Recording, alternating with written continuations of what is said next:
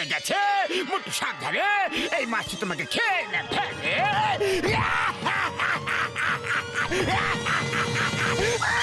আরে চুপ করো, মনে হচ্ছে অনেক বড় মাছ ধরা পড়েছে। বাবা, না না না না, বাবা গো, না, ওরে বাবা, বাবা,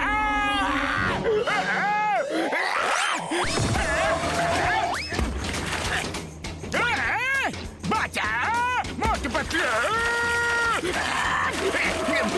বাবা বাঁচাও গো, না না না, বাবা বাবা বাবা বাঁচাও বাঁচাও গো।